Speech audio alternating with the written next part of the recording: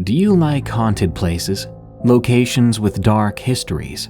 Locales where mysterious creatures are often reported? Then you should check out Destination Terror, a podcast that takes you to the most haunted places in the world. Places haunted by ghosts, ghouls, and even the past. Search for and rate Destination Terror on Spotify and Apple Podcasts.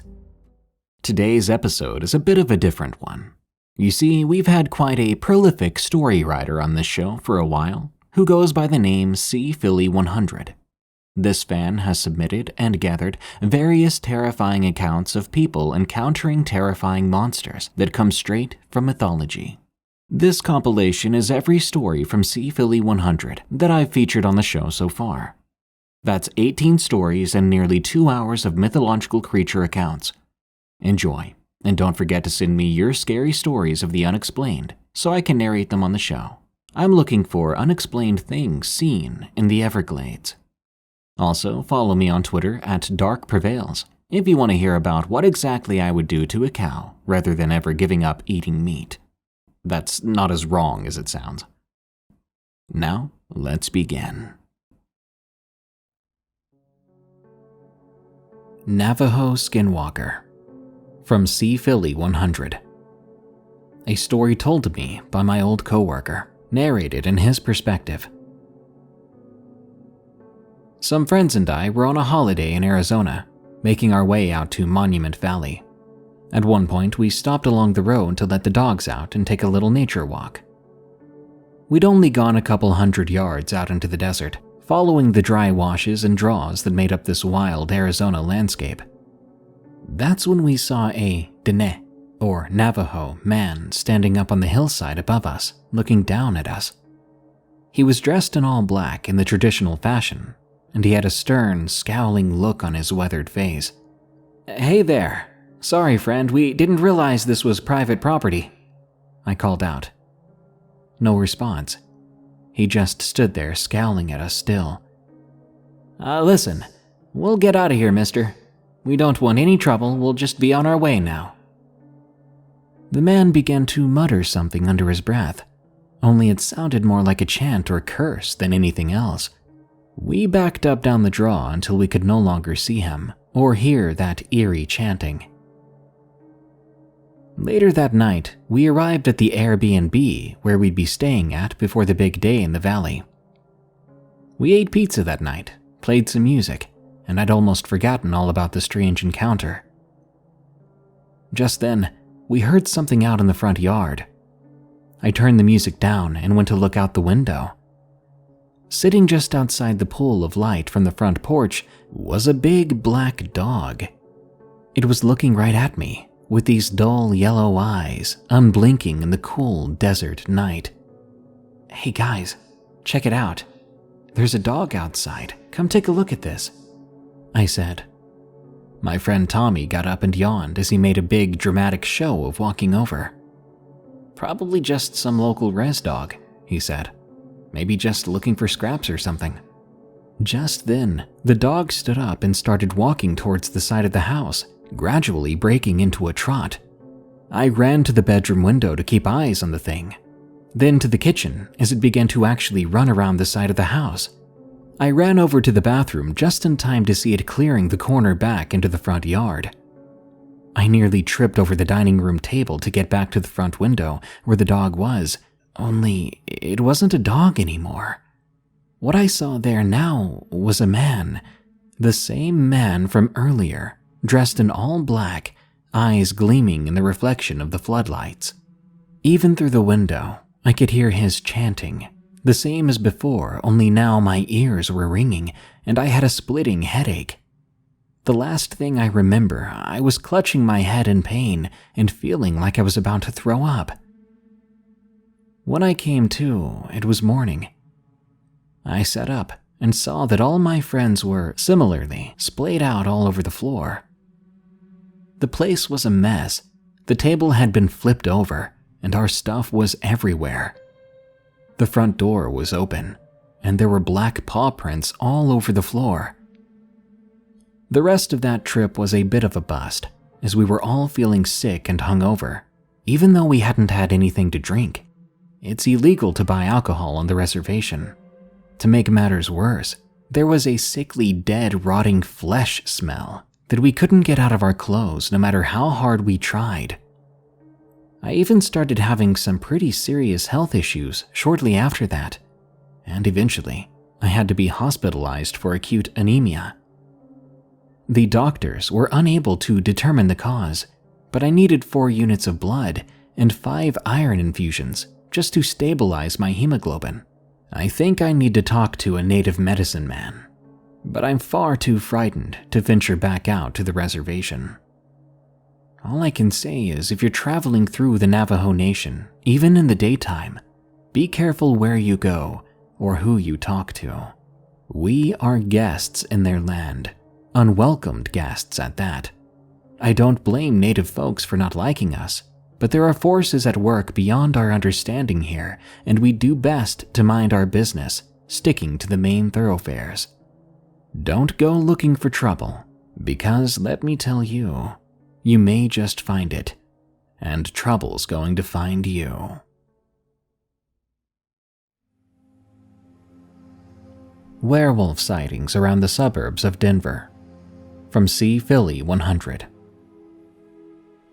These are going to be short, but they're interesting, as these make 2 and 3 sightings in or around the greater Denver metro area. Number 1. A young girl was up late one night, looking out the second-story window of her suburban home in the Parker area, where it's semi-rural, but there are still Covenant communities drawing power from the grid. She witnessed a werewolf-like creature step out into the streetlight. She described it as the classic werewolf, with strong, rippling muscles, short, dark hair, backwards legs, and human-like hands. She said the head looked like a big wolf, with glowing amber eyes. She saw it look right up at her. It wasn't menacing, but it was very aware of her, even from a distance.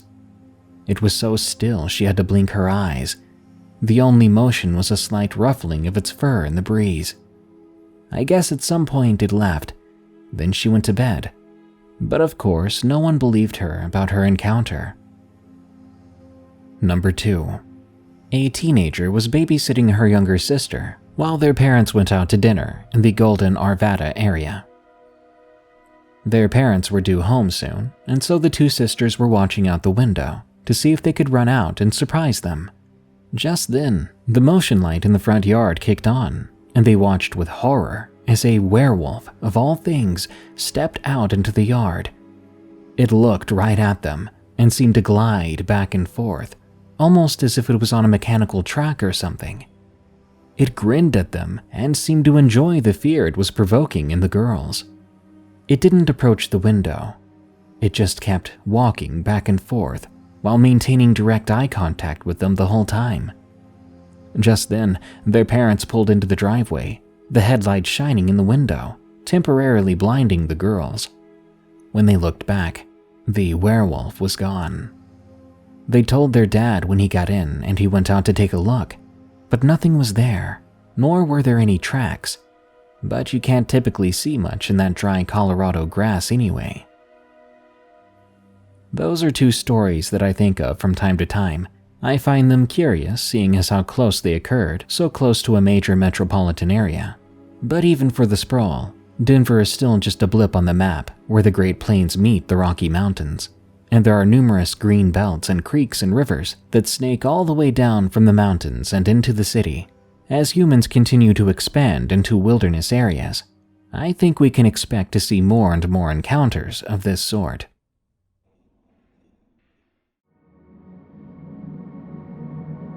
South Dakota Sasquatch. From C. Philly 100. This story is told from the perspective of my friend. Being half Native and half African American presents a unique set of challenges living in America, but I feel truly blessed to have grown up and spent much of my life on the Sioux Reservation in South Dakota. Now, it's well known that Native people tend to have more of these types of encounters than most, and Sasquatch are no exception. Many Native people regard Sasquatch as relatives of sorts, distant cousins or something to that extent, and that is not an insult, quite the opposite really. Sasquatch are masters of survival, masters of camouflage, apex hunters, and excellent foragers. They love their family members like we do. They engage in trade and barter like we do. They enjoy good food like we do. And they even like to dance to good music, play games, and have complex emotions like we do. Some people call them the missing link, but we see them more as relatives. Indeed, if you go into certain areas where native people live, or used to live, and go out into the woods speaking the language of those people, chances are you'll get a better response than the white folks who go out into the woods hootin' and hollerin' or knocking on trees, which are actually territorial indicators which may well provoke an aggressive response. One night I was walking home from my grandma's house, making my way through an abandoned compound, when I stopped for a moment to relieve myself on some bushes. I zipped up and continued on my way when I heard something behind me. So I turned around and ducked behind some brush. I peered through the overgrowth to get a better look. At first, I couldn't see anything in the dim light, but gradually I could see something moving through the compound I'd just come through. It looked like a little orangutan, or something of the sort. It was cautiously following the same exact path I had just taken, even sniffing the bushes I had just used to relieve myself. Now, this little guy was probably about 4 to 5 feet tall, and covered from head to toe in light brown fur. Behind one of the structures on the compound was another one, this one at least 10 feet tall, if not 15. It was keeping a mindful eye on the little one, while periodically sniffing the air and looking around in an alert manner. And behind that one, back in the trees at the edge of the clearing, was a third, and this one was even taller still, its head reaching at least halfway up the lodgepole pine tree it was standing next to. The little one was still sniffing, but slowly making its way toward where I was, still crouching in the brush. So I slowly backed away and exited the area as quickly and quietly as possible. I'm not sure if they heard me or not, but I didn't see them again that night, or ever. That's my quick story. I think it stands out simply due to the sheer size and height of these things. They were huge. It's my understanding that there is almost as much variation to Sasquatch as humans, that they have tribes and regional groups with different physical characteristics and dispositions, much like the First Nations people of this great land.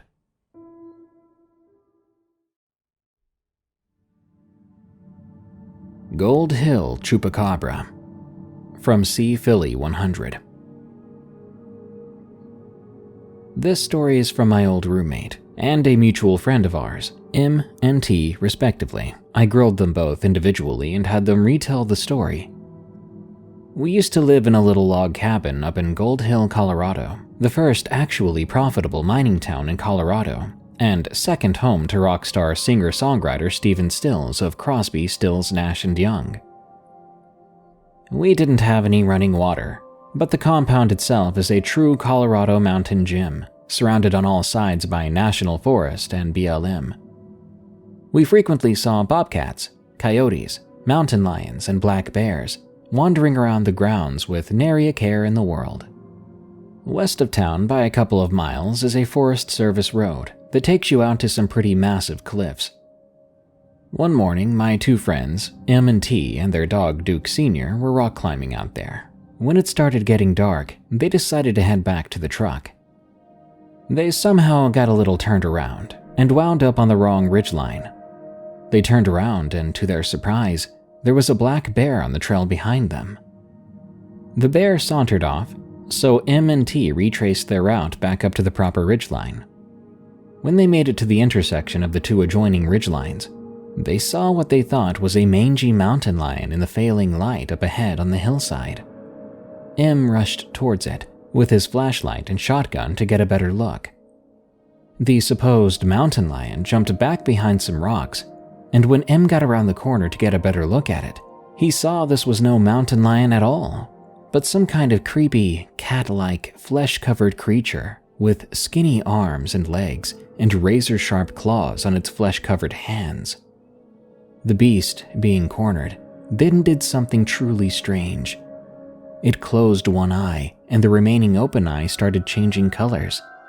It then lifted up its forearms, which had some sort of flesh-like wing flaps, almost like a flying squirrel, connecting from the arms to the body. Then it leapt up into a tree a good 15 to 20 feet away. M followed the thing with his flashlight as it began to jump from tree to tree, never taking its one eye off of him, until soon it was out of sight. During this encounter, Duke Sr. had run away, and when M&T got back to their truck, Duke Sr. was in the bed of the truck, and that thing was in there with him. M ran to the back of the truck, the creature jumping out and running off into the woods. Duke Sr., a dog that had fearlessly fought off mountain lions and coyotes without so much as a whimper, was now literally shaking with fear. When I asked M what he thought it was, the only thing he could muster was, I don't know, man, a Chupacabra?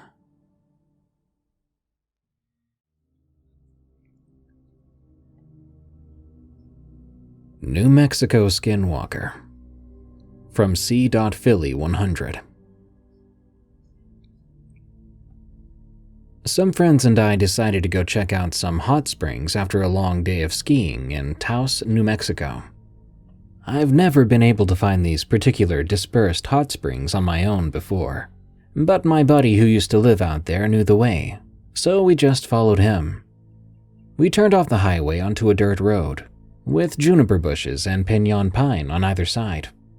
We took a turn past what looked to be an old junkyard, then down into the river valley. We crossed a bridge over the Rio Grande, parked, and hiked out to the Black Rock Hot Springs. When we first got down to the clothing-optional springs, right on the river there were some people already there, so we had to wait a little while. There were also a couple of other dogs off leashes besides my own. This is important because one of the other dogs was acting aggressively toward my dog, Keenan, so I kept him on a leash to be sure that I could intervene in case the other dog decided to attack. While we were waiting, my friend Brad walked off to explore the area a bit. He found a vapor cave up above the springs. When he came back, he told us he thought he saw a black cat jumping out of the cave and scampering off into the bush. I thought that was a bit odd, as we were, after all, quite a ways from any kind of town. Afterwards, the main group of people in the hot spring left, so my group got in.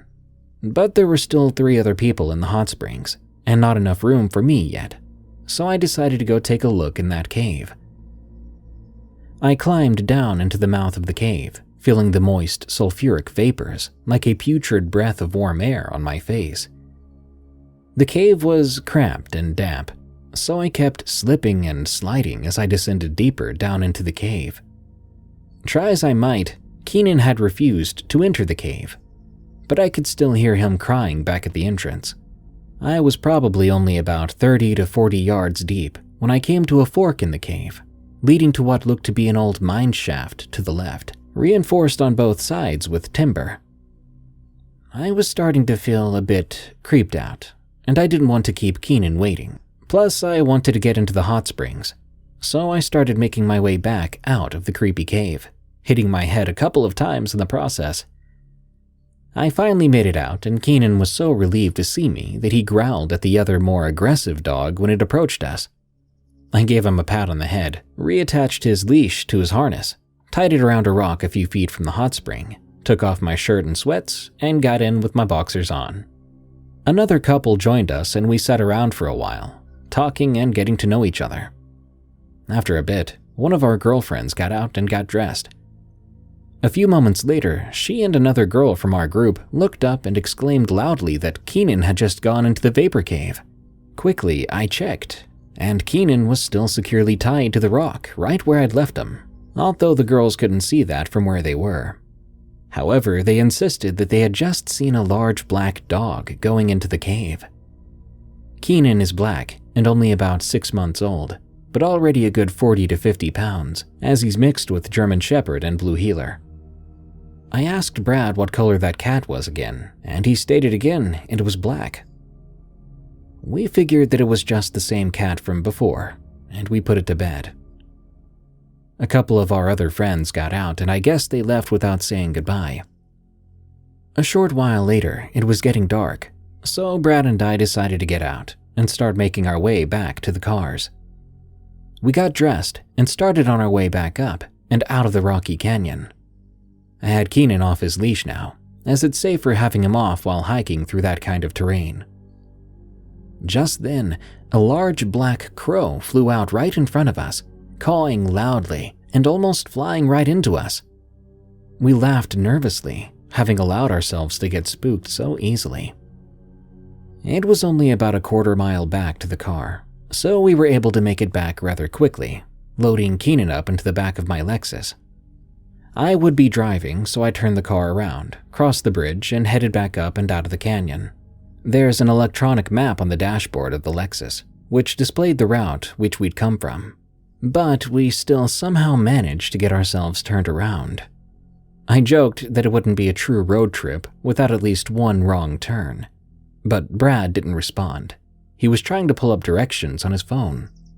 Of course, there was no service here, and so we paused to examine the map. Keenan started growling in the back seat, and to my complete and utter horror, I looked up and I saw it. A dark humanoid creature stepping out of the shadows and into the light cast by the brights of my car. It had no visible features that I could tell, but its arms and legs just didn't seem right. The legs appeared to extend backward, almost like a dog's leg, with the elongated heel bone extending back to the knee. And its arms hung low, too low, with either hand possessing extra long fingers and scaly black claws. Keenan was now barking ferociously, standing on the center console and attempting to get as close to the windshield as possible. I threw the car into reverse and went barreling down the road. I whipped it around at a fork in the road and cranked the transmission into drive. It seemed like we hit every pothole and/or rock in the road, trying to evade this thing, which I could now see in the rearview mirror. It was quickly catching up to us. Out of nowhere, a coyote ran out into the road in front of us. I slammed on the brakes, bringing the car to a skidding halt. Quickly, I looked back into the rearview, but there was nothing there. No dark humanoid creature, no coyote, nothing. I hit the gas, and we eventually made it out of the valley, back out onto the main road. It was pitch black, and the visibility was poor, which made it difficult to drive through the darkened desert landscape. About 30 minutes later, we finally pulled into the muddy parking lot of our Airbnb just outside of town. We hurried inside, slamming the door shut behind us. We could not believe what had just happened. Just then, Keenan started pacing around the living room, hackles up, and growling and barking at the door. Then came a tap-tap-tapping. Something was tapping at the door.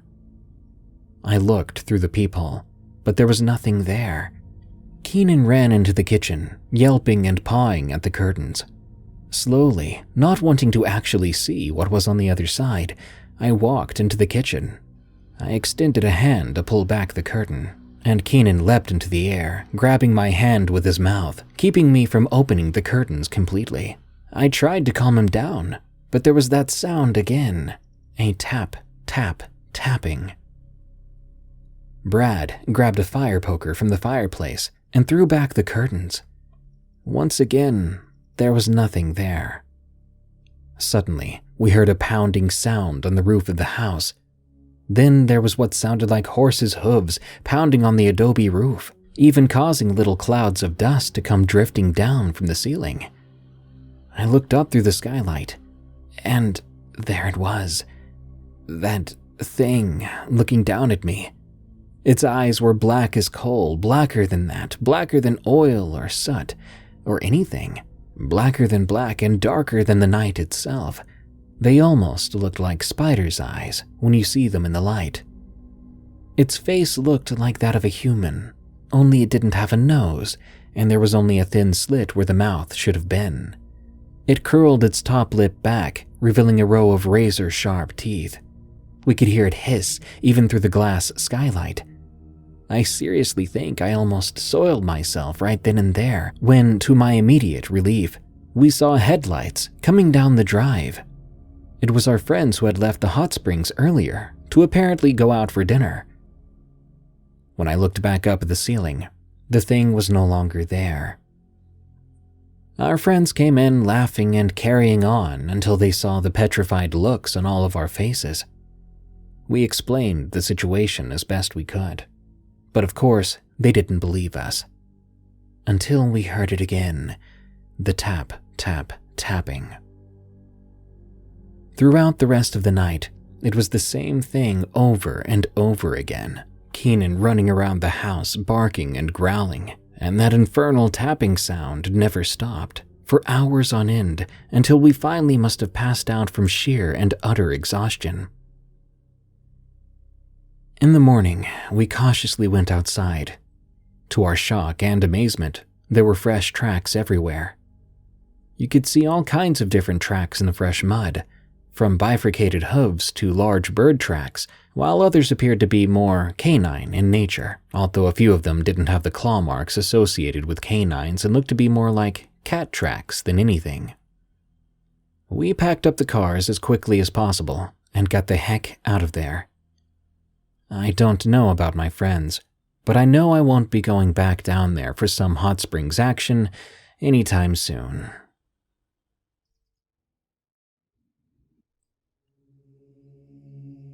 Navajo Horse-Walker from C. Philly 100. I used to regularly go on these caravans from Denver down to Black Mesa, which is on the Navajo Nation in Arizona.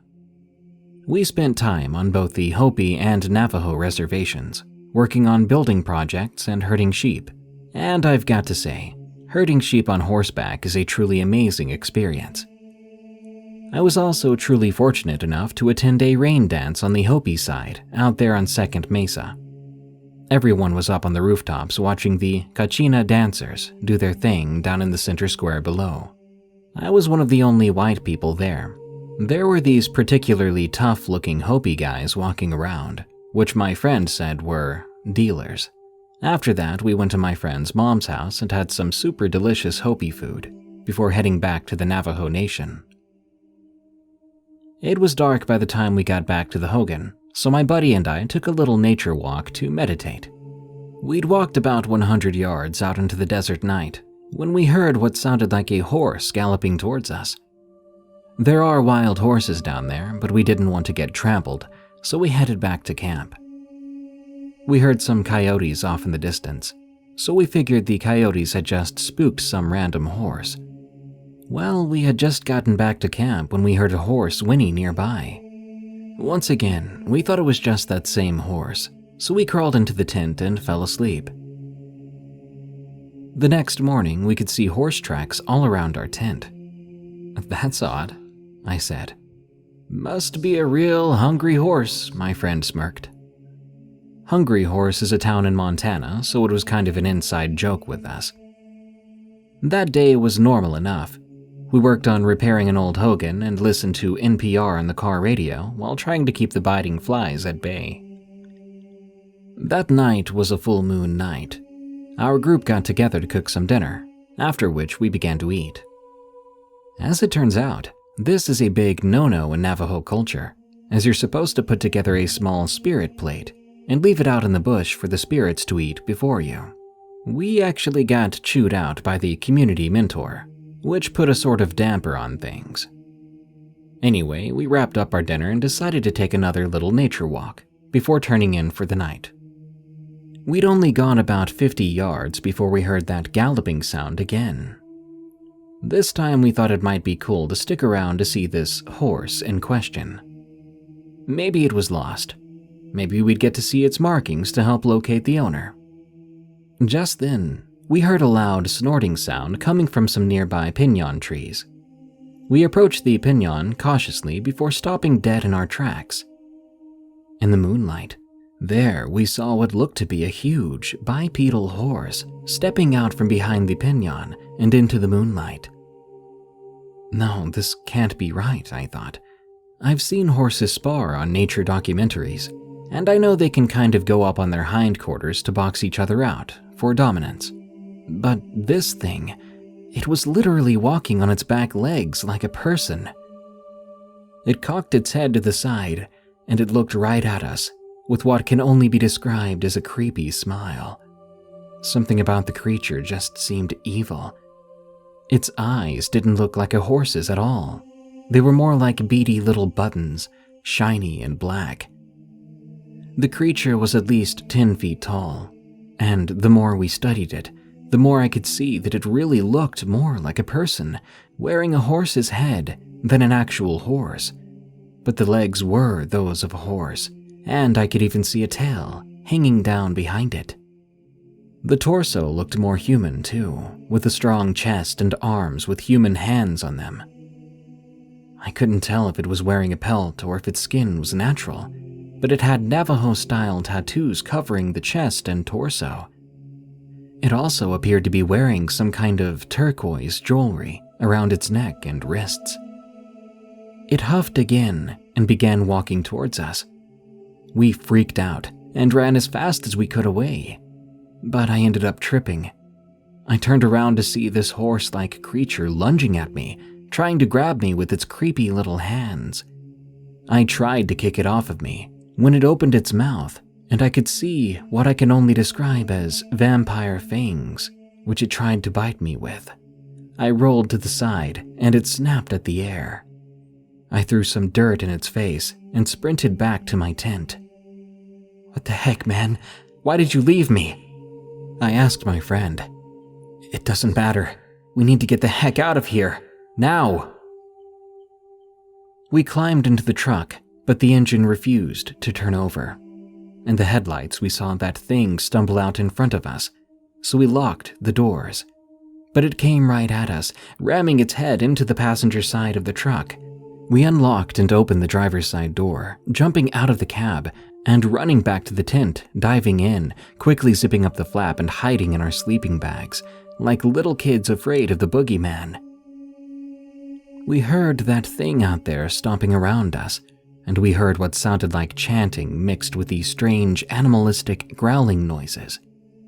Just then, we heard a gunshot and then galloping off in the distance.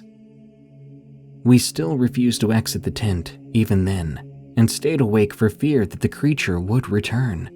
I must have fallen asleep at some point out of sheer exhaustion, because when I woke up, it was morning. We got out of our tent, and a short time later, we were approached by our Navajo host. I won't say his name out of respect for the culture.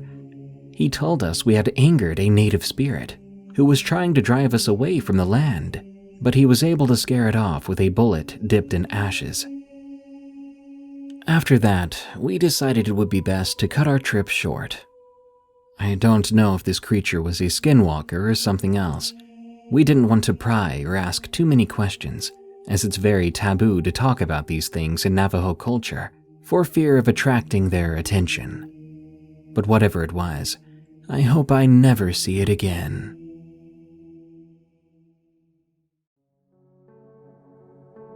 White River Wendigo, from Sea Philly 100.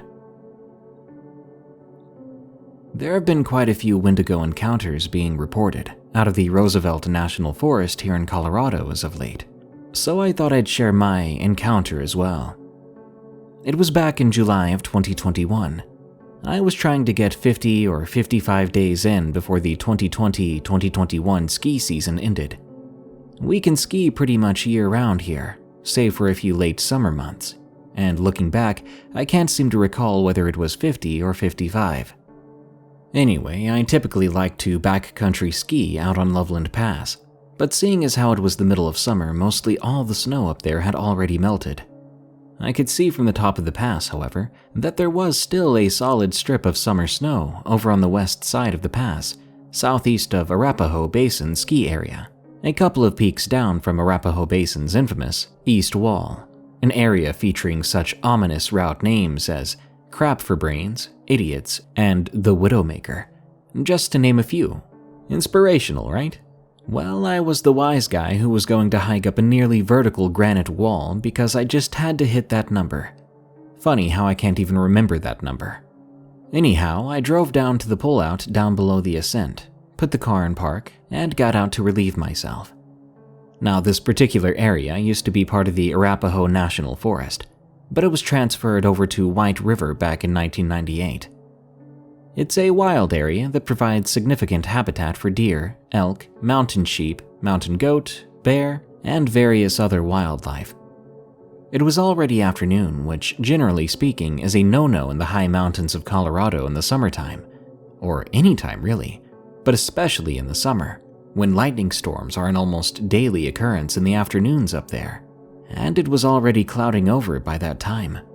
But this was my final chance to get in before a big trip I had scheduled, so I strapped up my boots, threw my skis over my shoulder, and got to stepping.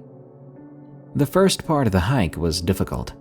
I had to make my way through some pretty thick brush just to get up into the woods, and once I got into the woods, I realized it would be easier to follow what's known as an AV track, which is basically what's left over after an avalanche slides down a natural gravitational fall line. Avalanche paths are subdivided into 3 sections: the start zone, the track, and the run-out zone. So I was hiking up the talus path, stepping from stone to stone almost like a natural staircase. I was stopping every couple of yards to transfer my skis from one shoulder to the other. At some point, the avalanche path turned into a high mountain stream. Mind you, this is right around 12,000 plus feet above sea level at this point in the ascent. Right around the trigger zone of the AV path, I was able to exit the talus path and start making my way up the high alpine section of the ascent. This was just a bit above treeline, where the mountain breaks up into big gullies and steep cliffed-out ravines. There are some high mountain caves up there, some natural and some old gold and silver mines, the latter of which the nearby town of Silverthorne was named after. I'd never been so close to these particular caves before, and I noticed that there were quite a few bones scattered about. Either deer or mountain goats, I'm not really sure. But what startled me was that some still appeared to be fairly fresh, with flies buzzing about and feasting on the little bits of rotting flesh still stuck to the bones. I figured there must be a mountain lion den nearby, as they are a pretty common sight around the area. I wasn't too concerned though, as I had my skis to protect me, and mountain lions aren't really known to be super aggressive unless you provoke them. The thing that puzzled me, however, was the smell. Mountain lions smell like big cats. They have that same strong ammonia smell to their urine, which they use to mark their territory, so you'll smell it when they're spooked. This, on the other hand, was more like a dead, rotten flesh smell, and I'm not just talking about the little bits of flesh the flies were feasting on, more like a dead rooster that's been left out for months to bake in the hot summer sun. Believe me, I would know. I used to live on a free-range chicken farm out on Orcas Island, but that's a different story. No, this was like the kind of smell that makes you want to throw up. Very vile, disgusting. Just then I started to hear what sounded like a chicken squawking, only differently. More hoarse and raspy, like a chicken dying from emphysema, if that makes any sense at all. My spidey senses were tingling as I quickly assessed that there's no way in heck a chicken had managed to get all the way up here. This was far away from civilization. The squawking turned into more of a high-pitched whistling sound, but with the sound waves bouncing off the rocks and echoing around the gully, so I couldn't quite tell where it was coming from. That almost made it sound like it was all around me. Feeling nauseated and a bit disoriented, I then heard a loud popping sound and turned around just in time to see something truly horrific. A giant moose-like creature with sharp, curvy antlers and a face and head like a big elk skull or something, with black soulless pits for eyes, 2 small slits where the nose should be, and complete with long, jagged teeth hanging out of its bony downward mouth, if you could call it that. A skeletal but muscular and rather mangy-looking ribcage, and I could see that it was hunched over on its haunches that looked like oversized deer legs, with the long, extended heel ending in rather large hooves. It had long, skinny arms that it was using to halfway run, walk, and lunge at me in a jerky and uncoordinated fashion, yet it was somehow still impossibly fast and aggressive. It was rapidly crossing the clearing in a disturbed and menacing manner.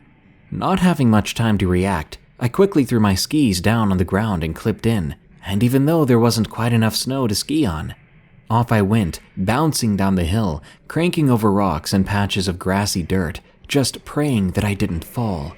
I could hear that thing chasing me, and I knew I couldn't turn around, but I could hear its heavy bipedal footfall behind me, and I could see from our shadows that the thing was gaining on me.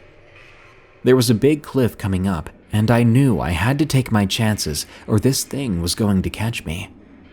Just then, I saw its two long, sinewy arms, ending in long black claws that looked like they were stained with layers of old caked-up blood, reaching out around my waist. I shut my eyes and tried to scream, but nothing came out.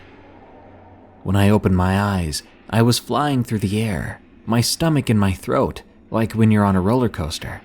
And just like that, boom, I hit the ground. My skis went flying off into the stream, with me tumbling down behind them. It was all I could do to keep my hands out in front of my face, cartwheeling down the mountain, slicing my arms and legs open against the razor-sharp rocks. It's truly a miracle that I didn't hit my head or break any bones in the process. But then my leg got jammed up in between the rocks and a big patch of ice, stopping my fall. I could no longer see the thing, but I knew I had to keep moving, so I pulled my leg out and grimaced in pain before sliding down the ice field and popping out into the trees below. I hoisted myself up against a tree and started to limp down, pushing it for all I was worth, finally reaching the scrubby bush below. From way up on the mountain, I heard the most grotesque and blood-chilling scream. It sounded like a demonic dragon from the movies or something. You can bet I scrambled as fast as my aching body would allow, getting back to my car. When I finally made it to my car, I jumped in and I threw it in reverse, backing out onto US 6 before throwing it into gear and hauling my sorry tail out of there.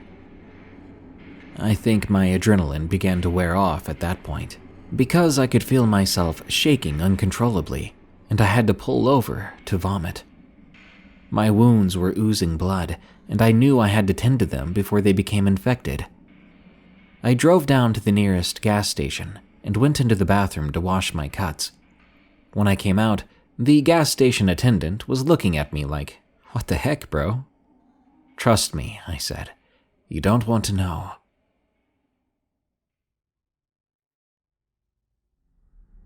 Ghost Witch of Oklahoma. From C. Philly 100.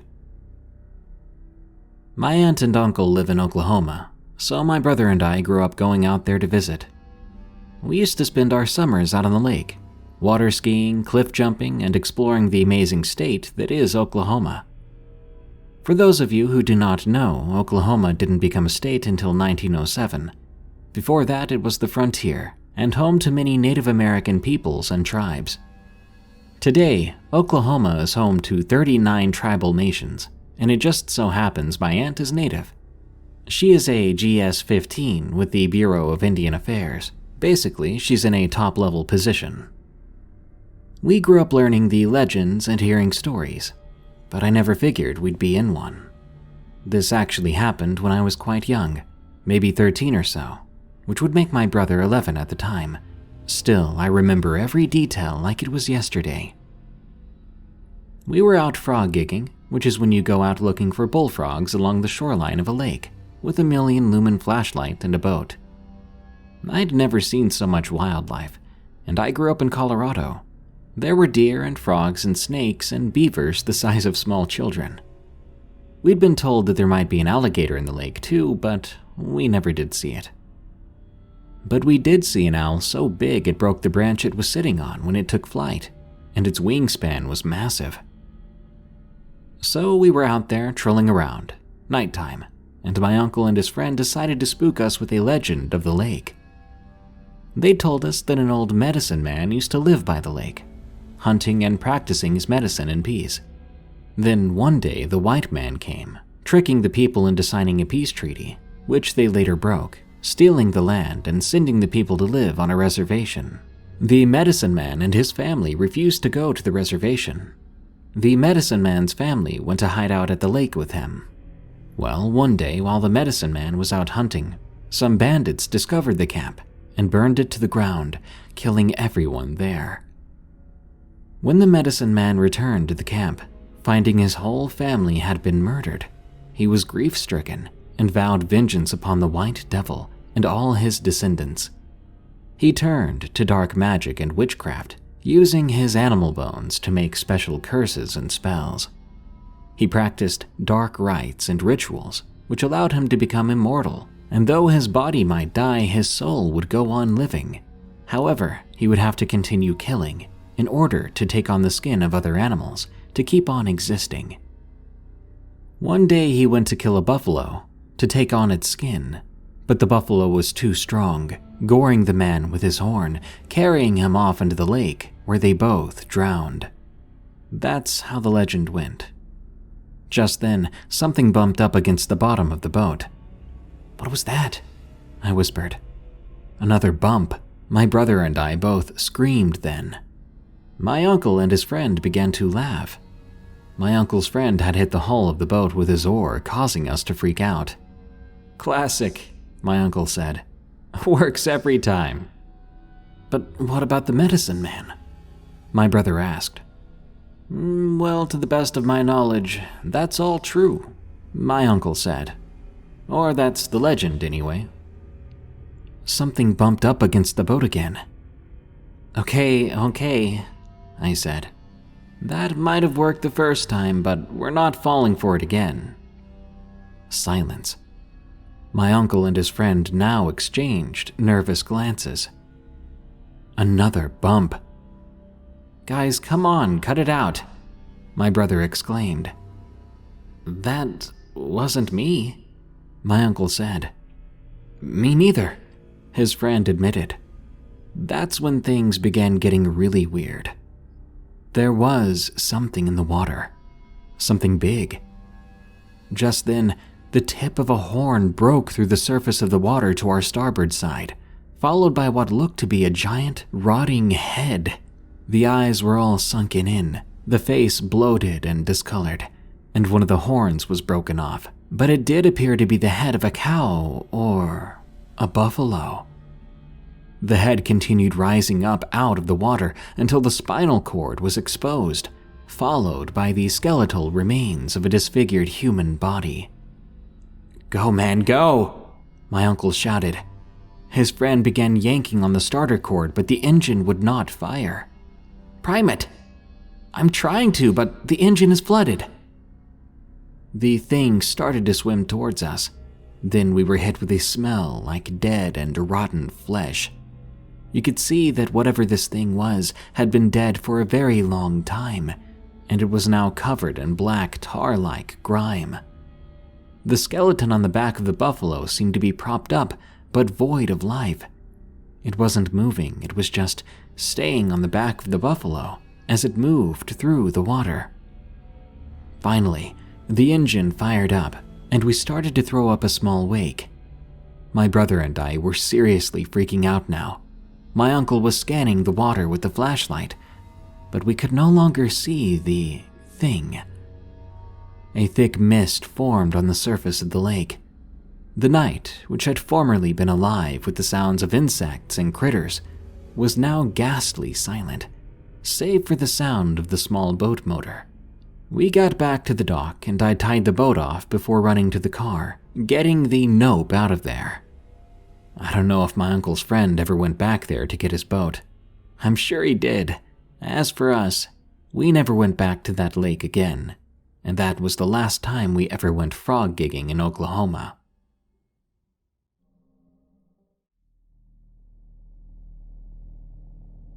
Snake Man on Dead Man's Pass, Oregon. From C. Philly 100. Back in 2014, I picked up my life to move out west to Orcas Island, Washington. I had my 2 dogs with me, and I was driving my 2002 Toyota Tacoma at the time. To get out to northwestern Washington, you have to first go over Dead Man's Pass in Oregon. Nestled away in the Blue Mountains of Oregon State, the place's name, Dead Man's Pass, came from an incident during the so-called Bannock War of 1878, when a teamster driving a wagon through the pass was killed by a group of Northern Paiute and Shoshone people from the nearby Indian Agency.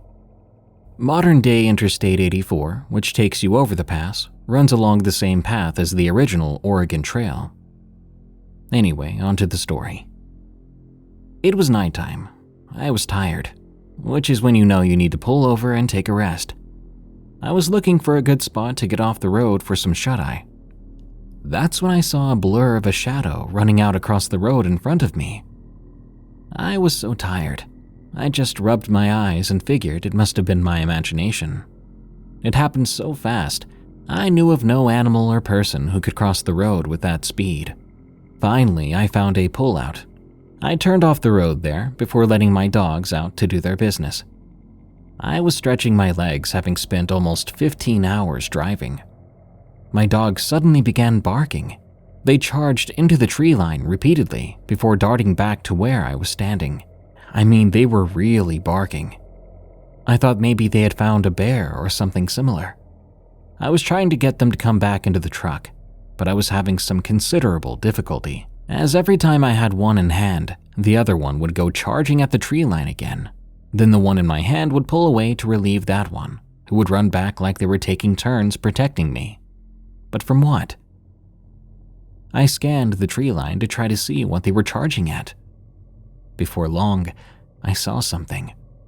2 red glowing eyes rising up from about 2 feet off the ground, up to a full height of 10 feet in the air. It all happened in one fluid motion. I jumped in my truck and turned on my headlights to get a gauge on just what the heck we were looking at here. And boy, did I wish I hadn't. To my absolute horror, I saw the most monstrous apparition I've ever seen in my life. Right there, dead to rights in the foggy yellow light, was a giant serpentine creature, covered in shiny bluish-green and yellow scales. It had arms and legs like those of an extremely well-built man. The arms hung about halfway down its body and were equipped with massive shiny black claws. It appeared to have a long tail dragging behind it. It seemed to be tasting the air with its tongue, which was also long and black. It glared at my dogs, who continued taking turns charging at it. But then it looked up at me, or rather at my headlights, and what it did next still gives me chills. It let out this sinister hissing sound that almost sucked the air out of my lungs with its apparent seething rage. I'm no expert, but its head shape was similar to that of a salamander, with the eyes slightly bulging off to either side, but instead of black, these eyes were bright red, and when it opened its mouth I could see rows of sharp white teeth all up and down. I grabbed my dog's leashes and ran out in front of my truck, grabbing one and then the other, hoisting my dogs back into the cab, before jumping in after them, locking the doors and cranking the key in the ignition. The snake man was still just standing there, tasting the air with its tongue and glaring at my truck. I peeled out in reverse and barely felt the thumps of the asphalt shoulder under my tires before squealing out onto the road. When I looked back in my rear view, I could see that thing just standing out in the middle of the road where we had just been, but it didn't appear to be chasing us. It was just kind of standing there. I didn't stop driving until daybreak, as I was no longer tired at that point. In fact, quite the opposite, really. I can't help but wonder if that creature had something to do with my being out there on such an aptly named pass in the middle of the night, or if we just happened to cross paths while it made its way through the mountains, doing whatever it is snake men like to do out there. At any rate, if you ever find yourself out in the Blue Mountains of eastern Oregon, be on the lookout, because there's something out there, and you may not get lucky like I did that night all those years ago.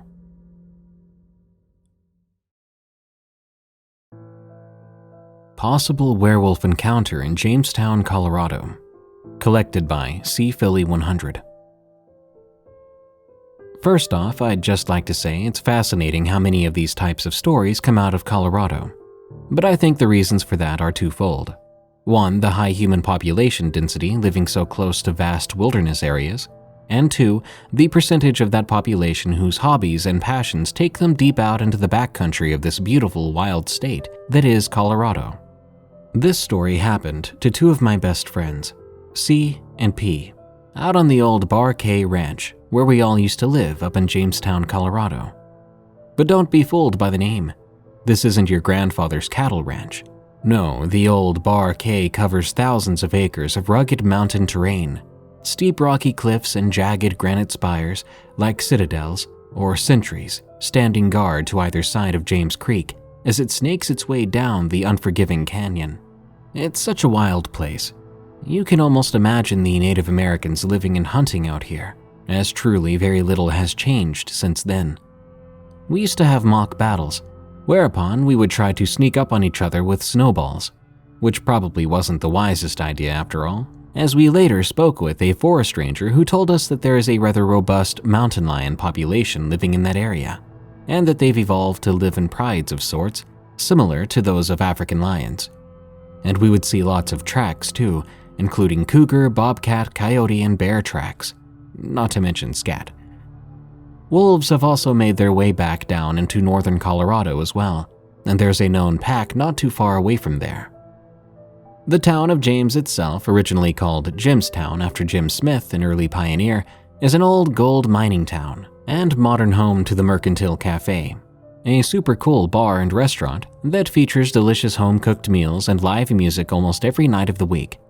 Dogs and roving packs of wild mountain children roam the streets, and the river flows right through a picturesque mountain park smack in the middle of town. Jamestown is about 30 minutes northwest of Boulder, and the Bar K is maybe about 7 to 10 miles west of that. But on to the story, which will be from C's perspective, then follow up with P's 2 cents. It was late one night that P and I decided to hike up the canyon from Jamestown to the property, as it were, to pay our friend Jay a surprise visit. Well, we got up there and Jay was already asleep in bed with his lady, so we felt pretty foolish and started making our way back down the canyon. Only we thought we'd take a shortcut back through the cliffs. It was quite dark and we didn't have any flashlights, but there was just enough moonlight to guide our way. It was deathly quiet, and I figured there must be a big cat or maybe even a bear stalking around. But we didn't pay it much mind. The wildlife here is rather reticent, and it's typically only young cats that will attack, then run away as they're just learning to interact with the environment around them. But that's when we heard a very peculiar sound. It sounded like bones breaking, like these really loud snapping and popping sounds. I looked around but couldn't see anything, and again I figured it must be a cougar enjoying the bloody spoils of her late night hunt. We kept going maybe another 50 yards into the central cliff section and were discussing whether to go right or left around the central spires, when something caught my eye.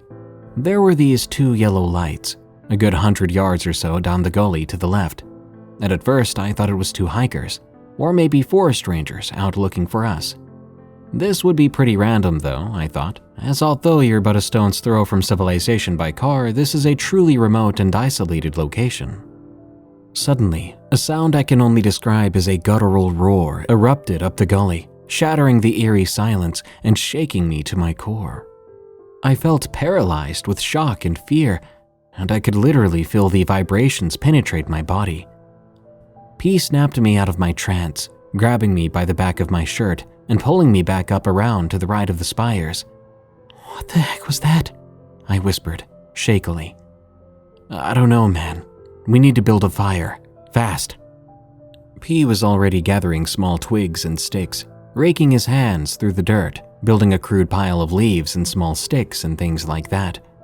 I began grabbing some larger sticks and branches, while P lit the pile with his lighter, blowing gently to stoke the small nascent flame.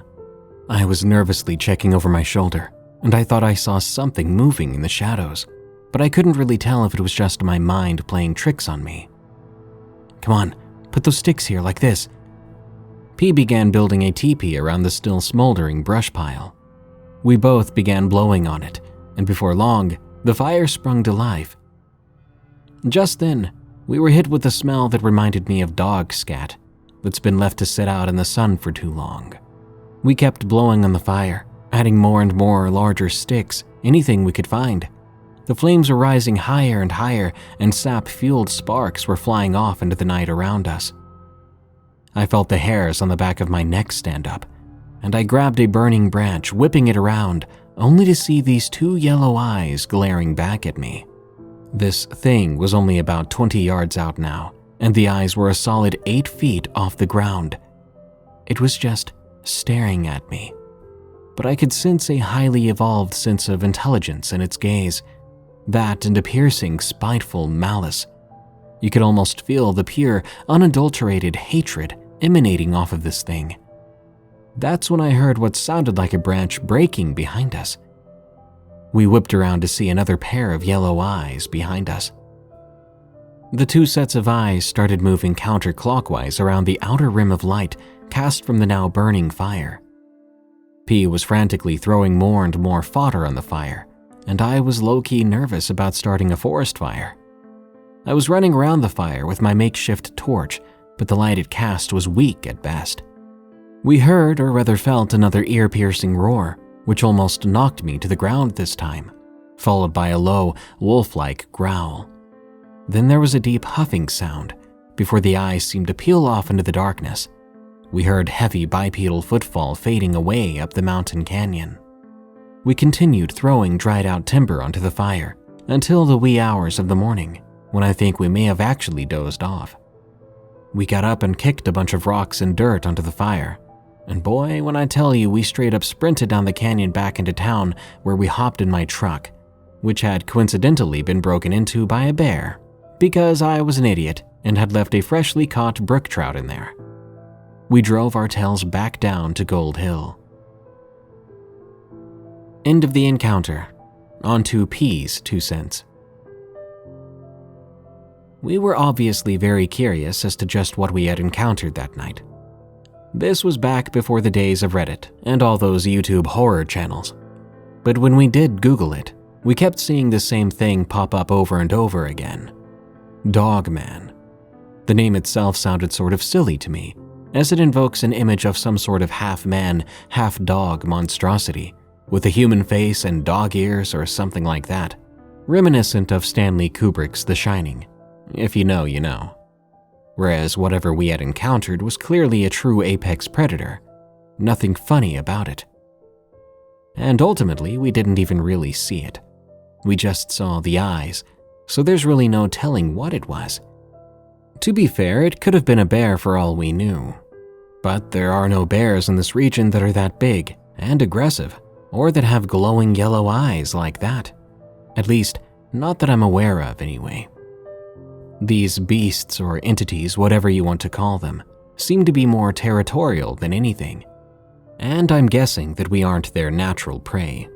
Though there are a staggering number of missing persons reports in the Colorado Rockies, heck, the American West in general, and there's gotta be something behind it, right?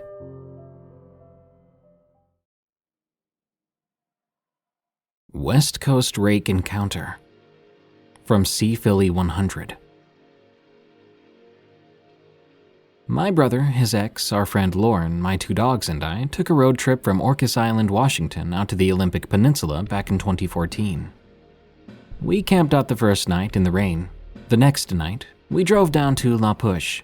This is coincidentally where the Twilight movies were filmed. We arrived at our destination, a place called Third Beach, around 4 p.m., and saw that there were "No Dogs" signs posted everywhere. The girls tried to convince me to leave my dogs in the car, but I just wasn't going to do that. My dogs are like my children. I love them, and I take them with me everywhere I go. While we were talking, my dogs just kept staring out into the dense foliage, which was kind of creeping me out. But we decided we'd take our chances with the dogs, and we started down the trail. I noticed that it was totally silent. There were no birds singing, no insects chirping. I mean, you could literally hear a pin drop. Yeah, the kind of silence that makes your ears ring. My dogs kept stopping and staring out into the forest, which had the trail boxed into either side of us. It got so bad, I had to leash them up just to keep them moving. We got down to the beach. Lauren undressed into her swimming clothes and ran into the ocean. We set up camp right up against the woods, as we could see the tide coming in all the way into where the beach met the forest. So we had a little island of sand to pitch our tent and get a little fire going. It was eerily quiet out there still, but we had a small portable speaker with us, so we played some music to lighten the mood. It got dark and we started to settle down for the night. The girls went to bed and my brother and I stayed up drinking beer. We weren't drunk or anything like that, just enjoying a couple of delicious rainier beers before turning in for the night. Because of how close we were to the woods, I had the ocean to my back and I was facing the forest. We could hear something moving around out there, but we thought it was raccoons. There are quite a few of them in that area. My dogs began growling and raising their hackles, so I figured I would try to see what it was just to be sure. I turned on my headlamp, and to my horror, I could see two eyes looking back at me. The eye shine was a milky white in the dim light cast from my headlamp. They looked like two twin moons, marbles the size of a fist and about 4 to 5 inches apart. We didn't have any guns, so we started shouting and throwing rocks and sticks at the thing, thinking maybe it was a mountain lion.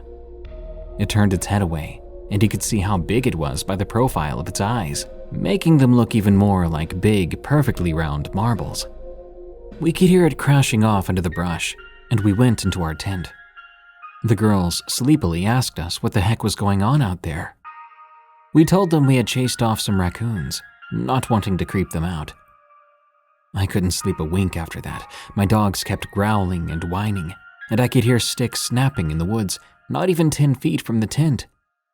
It sounded like something was walking right up to the tent, then it paused before slowly pressing what looked to be a stick into the tent flap. The dogs were growling so low and loud, it sounded like we had a diesel engine in there with us.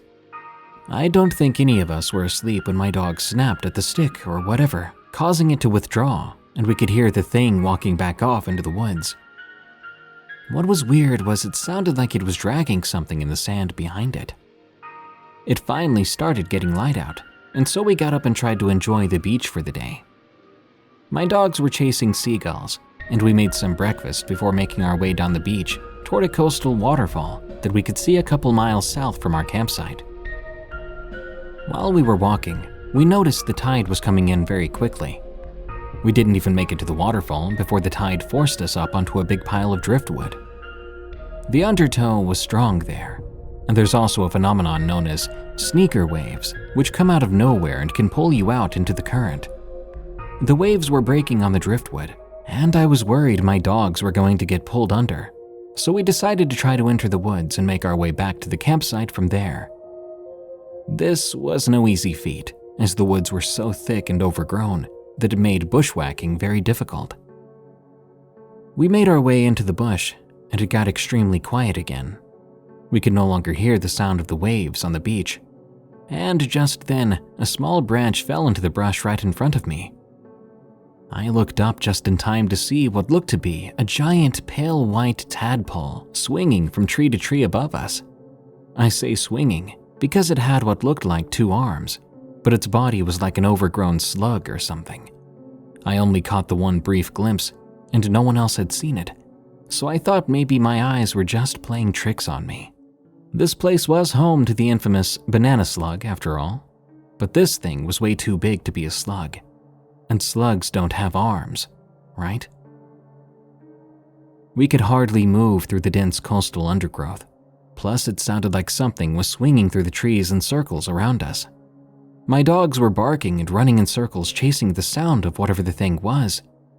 Lauren thought we were lost, so she started crying. And between the branches breaking and the dogs barking, we were all a bit stressed out.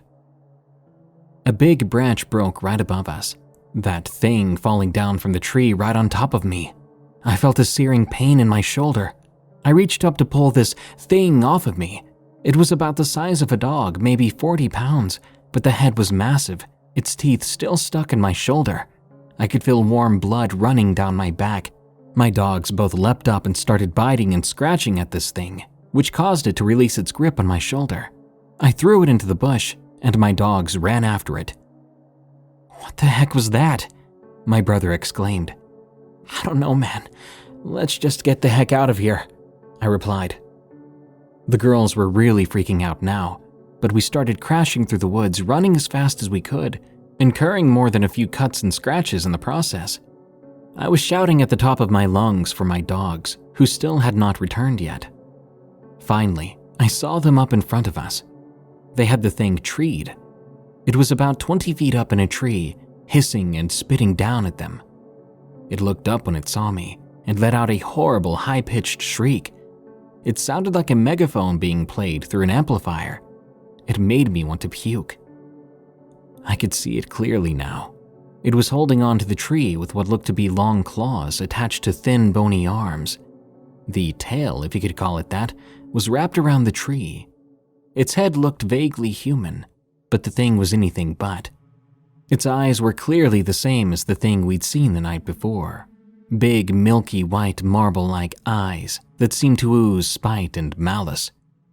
It had translucent skin that was stretched tight across its skull. It had no nose or ears that I could see, but its mouth was huge, still red with blood from biting my shoulder. I could see rows of tiny little teeth. It had a long, pointed tongue that it was using to hiss and spit at the dogs. I picked up a rock the size of a baseball. Biting through the pain, I beamed it right at the thing, hitting it square in its face. It shrieked again and jumped out of the tree. As soon as it hit the ground, it began using its arms to crawl towards me, but the dogs were fast and pinned it to the ground, biting and tearing with all their might. It tried to fight back, but these dogs had a combined weight of at least 150 pounds. They regularly killed small animals, so they had a taste for blood, and they were going berserk. I'm not sure if they killed the thing or what, but it wasn't moving. I grabbed my dogs by their collars, and we got the heck out of there. We made it back to the beach where my brother and the girls were already grabbing our things. We tore up the trail and threw the stuff in the back of my truck before peeling out of there. We'd only gone about 50 yards when that thing threw itself out onto the road in front of us. I didn't have time to react, but we could feel it go under the tires. When I looked back in the rearview mirror, I couldn't see it. I figured it had just crawled off into the brush and kept driving. I wish I could say that was the end of it. We drove straight through Tacoma, where we stopped and got a motel for the night. Tacoma has a rather sketchy reputation, so we tried to bring as much of our gear inside as we could. Well, I'll be danged. That thing had been clinging to the undercarriage that entire time, and was now crawling up from under the truck and onto the tailgate. Luckily, the dogs were still in the bed of the truck, so they started charging and biting the thing. It fell off and began crawling towards me again, its hideous face mangled and mean. My dogs jumped out of the bed of the truck, commencing to tear the thing to shreds. Now I knew it was dead. The dogs had bitten right through the neck, separating the head from the rest of the body. We called the cops, but no one showed up. The motel must have thought it was just some old roadkill or something, but we didn't stick around to find out. We dropped Lauren off at the SeaTac airport and drove straight back to Anacortes to catch the ferry home. I don't know if this thing was a crawler or rake or what. I always thought that was just the stuff of nightmares, an urban legend, if you will. But those legends have to come from something, right?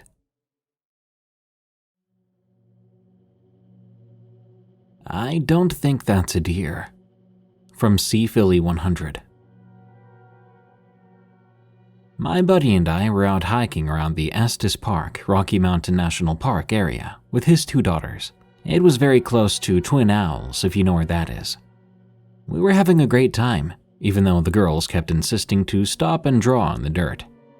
It was a bit icy, so I had to put his youngest up on my shoulders at one point, and then I almost slipped, which would have been catastrophic, but luckily I didn't. So we continued on our way. The sun was starting to go down, and we figured we'd better head back down to the trailhead. My head was on a swivel, looking for cougars, which are quite common in the area, and we did have 2 little girls with us after all.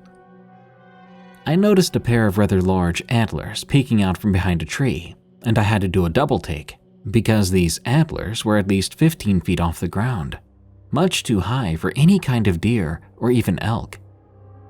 Almost as soon as I noticed them, it snapped its head in our direction, and I could see something was off about this creature. It didn't appear to have any eyes, just 2 solid black pits where the eyes should be, and the skin seemed to be peeling off around the empty eye sockets.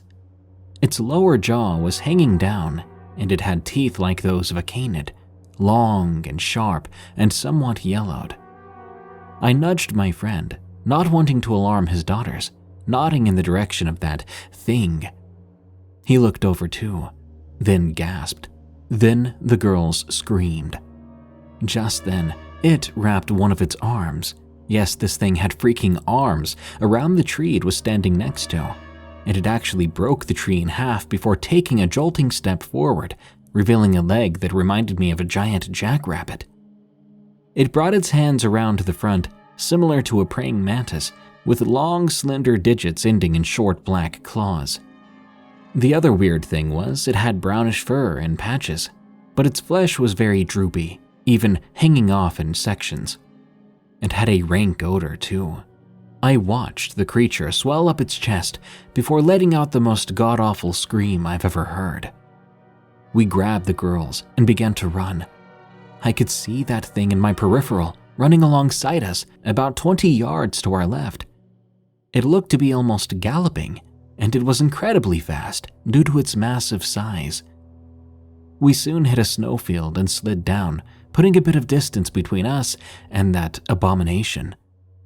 My friend's eldest daughter had twisted her ankle in the fall, and she was grimacing in pain.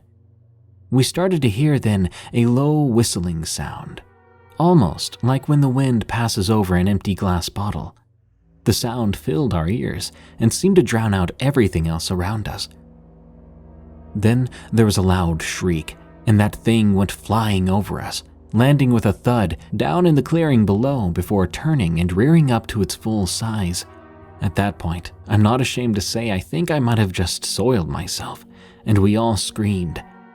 It looked at us before slowly walking towards us, still holding its hands in that creepy praying mantis position. Even if I had a gun, I don't think it would have made a difference. This thing was easily a solid 400 or 500 pounds or more, a true apex predator. It let out a low and guttural growl, and I felt paralyzed from fear. People talk about infrasound as a hunting technique utilized by large cats to subdue their prey, and honestly, it felt a lot like that. It walked right up to us, and I nearly puked just from the smell. The creature sniffed the air around us. None of us could move a muscle. We were caught like deer in the headlights, unable to move, unable to utter a sound, unable to even breathe.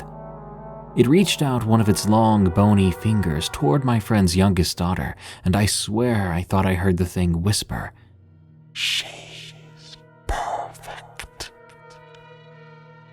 In that moment, something must have snapped in my friend, because he went into action, swiping the thing's hand away from his daughter before grabbing onto its antlers and yanking them to the side, which didn't do much, but it did crack one of the antlers in half. I grabbed the girls, and we were able to slip around to the side, while it let out an evil hiss and swiped at my buddy. But he was quick and darted under its arm, stabbing it in the ribcage with the broken antler shard. I heard the thing scream, and we ran for our lives, because, well, our lives depended on it. This time, I had his eldest up on my shoulders. She was around 8 or 9 at the time, so not super heavy, and with my adrenaline pumping, it felt like nothing. I looked back and saw my buddy running behind us. He swooped up his youngest, and we made a mad dash for the vehicle, which was now thankfully in sight. We got to the car, putting the girls in the back, and hastily strapping his youngest into her car seat before jumping in and revving the engine. It took me a moment to realize we were still in park. I cranked it into gear and threw up a wave of dirt and pebbles peeling out of there.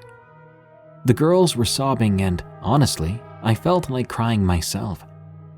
We got down to Estes and called 911, but of course no one believed us. They thought it was just a prank call. Not wanting to get in trouble for calling the emergency line again, we drove all the way back down to Boulder before stopping to let the girls go to the bathroom. I'm still processing all of this, even though it happened over 2 years ago. But whatever that thing was, it wasn't a deer.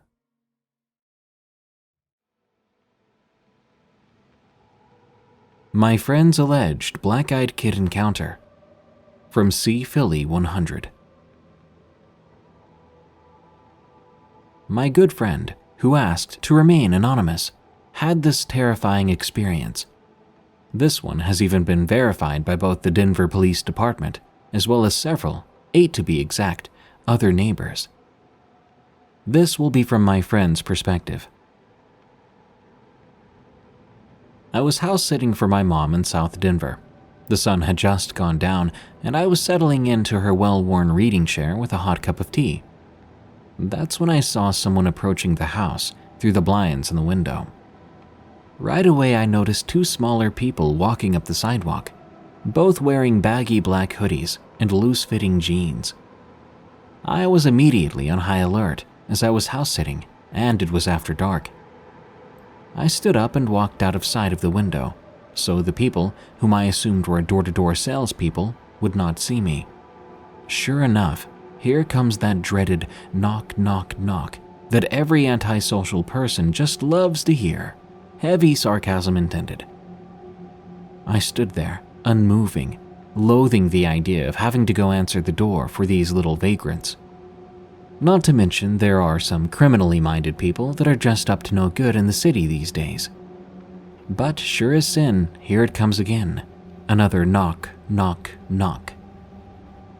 Not wanting to be totally rude, and as my dog was now whining at the door, I went to peer out through the slates. There stood these 2 young adults, maybe in their early teens, hands at their sides, and both looking down at the ground. I cautiously unlocked the door, leaving the screen door locked with the storm window on the screen propped open for airflow. "Can I help you?" I asked. "We need to use your cell phone," the one on the left said. This one was slightly taller and appeared to be Caucasian. "Don't you have your own cell phone?" I retorted. "We lost our cell phone. We need to use your cell phone," the smaller one said. "Why?" I replied. "Because our mom is sick and she told us to call her." "What? Where do you live? Where is your mom? Why aren't you with her?" I demanded to know. "We got lost on our way to the store," the taller one stated, rather matter-of-factly. "I'm sorry," I said. "My phone's dead. I'm just house-sitting. Try the 7-Eleven down the road." I started to close the door when the taller one raised his head, pressing his hand against the screen door, and looking up to meet his gaze, I saw something I truly wish I'd never seen. His eyes. His eyes were pure black.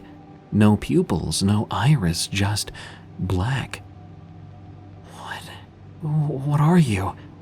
I stammered, shakily. "We already told you," they responded in unison. "We need to call our mom. She is very sick. We need you to open the door. We need to use your cell phone. Open the door."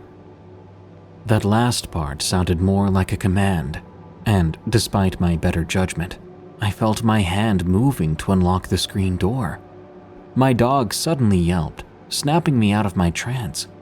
At this point, the second child looked up and I could see that their eyes were jet black as well. "I'm sorry," I said. "You're going to have to go now." "We can't leave now," they said. "You've already seen us. Our mom is on her way." "I thought you said your mom was sick," I retorted. "She is sick. She needs to come and see you." Almost as if on cue, a tall, dark figure seemed to materialize out of the shadows on the street. Both of these children turned around to welcome this newcomer, who was slowly approaching the porch. This might sound crazy, but if you've ever seen the movie Mama with Jessica Chastain, she, or rather it, looked a lot like that. I was freaking soiling myself at that point. My dog was going nuts. Are you these kids' mom?" I managed to whimper. The figure just stood there, regarding the children, and then slowly, almost painfully, she, or it, or whatever, raised its head to look me dead in my soul. The porch light began to flicker. I slammed the door shut and ran back into my old childhood bedroom to grab my shotgun. I racked a shell into the chamber and ran down to the basement with my dog. I could hear something moving around outside, and my dog started growling. "Shh," I whispered, although I had the distinct feeling that these beings knew exactly where I was. I was crouching next to the dryer, which had a hose going outside, and I swear I began smelling noxious fumes seeping out from the cracks in the machine. I saw this bluish light shining through the basement window. I reached around the corner, squeezing off around. My ears rang then, but I hoped that one of the neighbors would hear the gunshot and call the police. Turns out the one or two who did just thought it was a firework, but I didn't know that at the time. Soon I heard a helicopter flying overhead, and I thought it must have been the police. It wasn't. I ran upstairs with my dog. The two of us ran out the back door, unlocking the gate and running as fast as we could to my neighbor's back door. I pounded and pounded, but nobody came. At this point, my dog was looking around anxiously, and I was seeing things moving around in the dark in between the houses. We ran to the next house over and started knocking frantically. My neighbor came to the door and, seeing my panicked state, told his wife to go lock the front door, then came out to meet me. I filled him in on the situation and asked to use his cell phone. I wasn't lying to those kids, my phone really had been dead.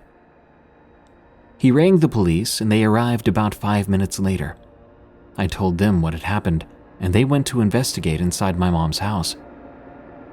They came back a short while later, informing us that no one was inside. They gave me a rather harsh warning for having discharged my firearm and left us to fend for ourselves. I thanked my neighbor and went back inside with my dog. I turned off all the lights. I knew those kids were still around. I could feel them. I nearly jumped out of my skin when I heard a tap, tap, tap coming from the side window. I freaked out. I knew the police would be of no further assistance, and now I could hear someone whistling outside, similar to how a person might try to imitate a bird call. The front porch light was still on, and I could see a shadow being cast from someone standing in between the light and the front door from down the hallway. Now I was convinced they had me flanked. I was terrified. I grabbed my dog by his harness, and we went to cower in the closet with the shotgun. I was finally starting to nod off around 5 in the morning when bright blue and red lights engulfed the house and I could hear someone pounding on the front door. "Denver police, open up!" I warily peeked my head around the corner. I could just make out the distinct silhouette of a police officer standing in the doorway. I went to open the door. It was the same officer from earlier. "I'm really sorry," he said.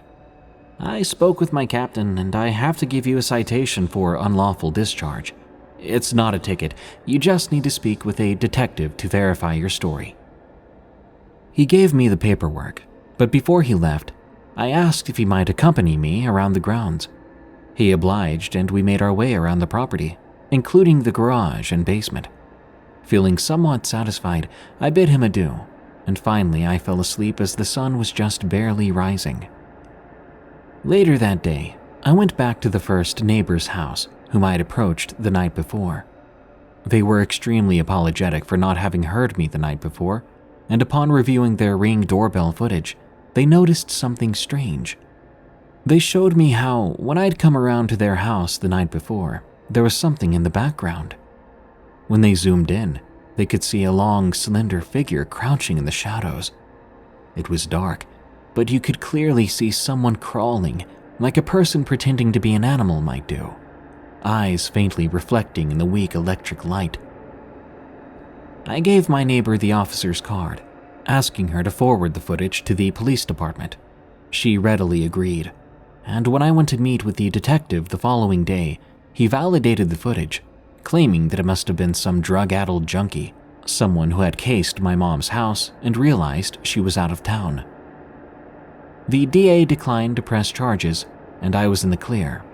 That is to say, legally anyway. I could not sleep for a night afterwards. I wish I could say that's the end of it. A couple of nights later, the children returned, though this time I refused to answer the door. What's super creepy is that the second time around, I once more ran back to my bedroom to grab my gun, but when I looked out the back window, I could see something crawling up along the roof of the garage. A few days later, 2 youths were shot and killed trying to break into a house in North Glen, a suburb just outside of Denver. But I have a gut feeling that those creatures are still at large. I warned my mom upon her return and left my gun with her, but I'd be lying if I said I wasn't itching to get out of there. I returned to Loveland, where I live, but that's still only an hour outside of Denver, and every night when the sun goes down, I get that same freaky feeling that something is out there, something just outside the deceptive feeling of false protection offered by these thin stucco walls.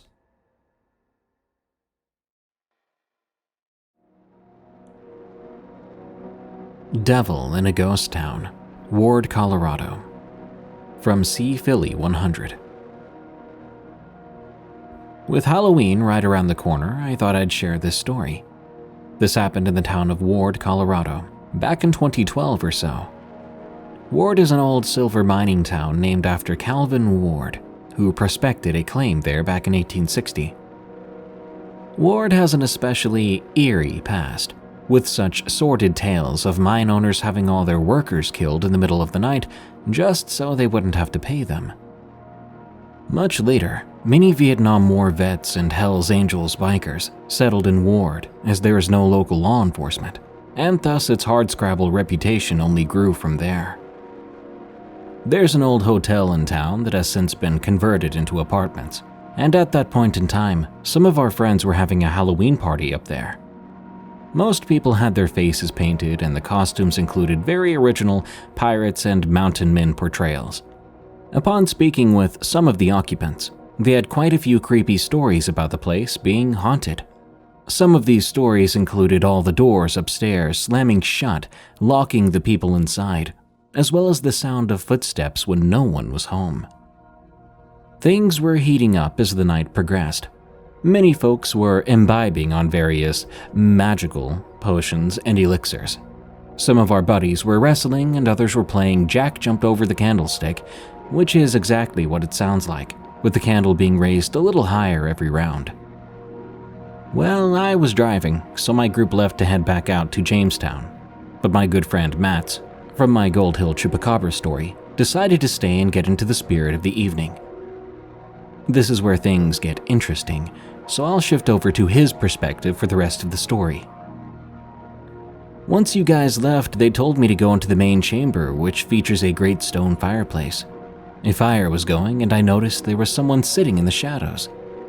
I sat down and we started to chat. This person began telling me that they were the angel of light, that they had created the world. My head was spinning at this point, but I was really taken by his narrative as the examples and manner in which he spoke were very compelling. So here I thought I was having a divine encounter. Just then a small orb of light passed by this person's face, illuminating an extremely sinister and horribly disfigured face. I recoiled in fear, and he started cackling as I stumbled back into the living room. I turned around to see everyone staring at me from across the room. No one spoke, and I muttered some excuse to leave.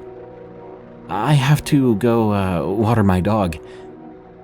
I rushed out into the night, and to my horror, I saw what looked to be an angel with its wings chopped off, leaving 2 bloody stumps on its back. It was urinating in an empty champagne bottle. I ran down to my car and was knocked to the ground by a massive gust of wind. I looked up to see what looked like something flying overhead, but I couldn't quite make out any details in the dark. I drove all the way back to Morning Sun and locked the door, deathly afraid that someone or something might follow me home. I don't know what they've got going on over there in Ward, but I know I won't be going back there for Halloween anytime soon.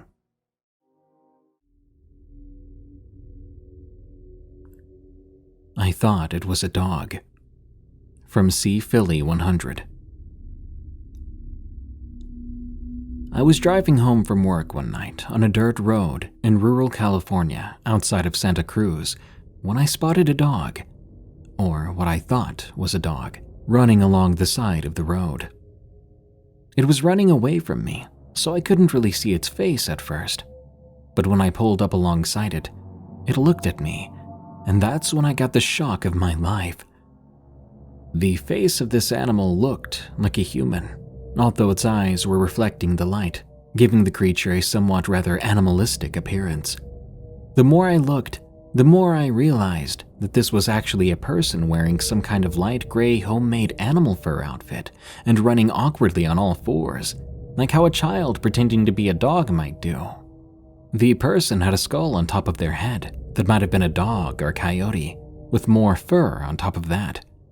I say person because I couldn't really tell if it was male or female. Their body was mostly covered in fur, and their face was painted white and red. It wasn't a very large person though, as it really did look like a dog at first. After it saw me, it stood up and started slowly walking towards the car. I wanted to scream, but I couldn't move. I felt as if I was under some kind of mind control or something. I couldn't take my eyes off this person. Steadily, they approached my car, one foot in front of the other with their arms down at their side. Then they smiled at me, and I saw that their teeth appeared to have been sharpened down to triangular points. That's when the reality of the situation finally hit me, and I watched with horror as this person reached into their furs, producing a 12-inch kitchen knife. I hit the gas and went bumping down the road, but when I looked in the rearview mirror, I saw that this person was chasing me. And not only that, they were easily keeping pace. I was probably only about 100 yards or so from my driveway when I crashed into a ditch on the side of the road. I looked in the rear view again, but I could no longer see this person. I threw the door open and didn't even bother closing it. I just started running as fast as my legs could carry me, all the way down my driveway and into the geodesic canvas dome tent where I was living at the time. The tent had one clear plastic window that I immediately covered before starting a fire in the stove and grabbing a wooden baseball bat that I had by the door. I could hear something outside the tent, walking around, dragging what I assumed to be that knife along the side of my tent. Suddenly, the knife began stabbing into the canvas fabric. I screamed and hit the exposed blade with my baseball bat. The blade withdrew, leaving a small hole in the tent. I waited a minute before throwing a shirt up over the hole. The dragging sound continued, and it was all I could do not to lose my crap, so to speak. There was no cell service out there, so all I could do was keep the fire alive until I ran out of wood, probably around 2 a.m. By then, I could no longer hear any activity outside, but I dared not fall asleep. I must have dozed off at some point, however, because I awoke to the sound of birds chirping outside. I walked out cautiously and looked down to see a heaping pile of fresh human excrement on the ground. I walked around and inspected the puncture in the side wall of the tent. Sure enough, there were 2 or 3 small holes in the wall. There were some bare footprints in the ground, but it was so muddy, it was difficult to decipher much. I tell you what though, I got dang near an entire truckload of salt to pour all around the tent, as well as up and down the driveway, and sprinkle throughout the woods as well, just for good measure. I don't know if it was the salt or just good luck, but I never did see that person again. Goatman in Big Sur, California, from C. Philly 100. Many years ago, roughly 2010 or so, some buddies and I were traveling up the west coast from Joshua Tree to Big Sur, where we stopped to camp for the night.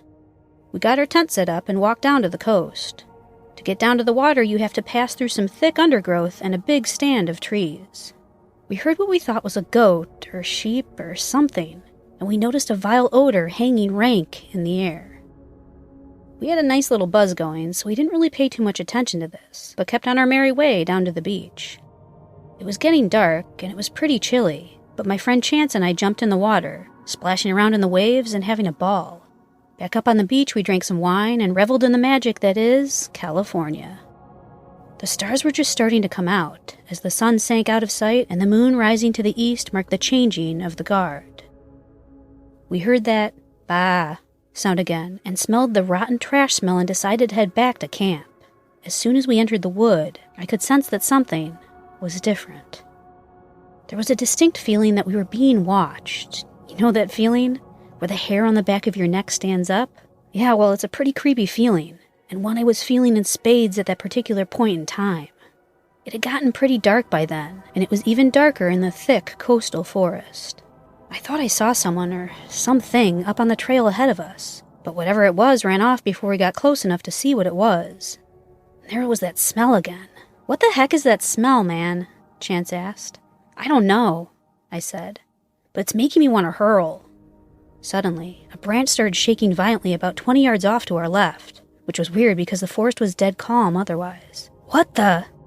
Something came charging out of the thicket, something tall, and I mean tall, at least 8 or 9 feet.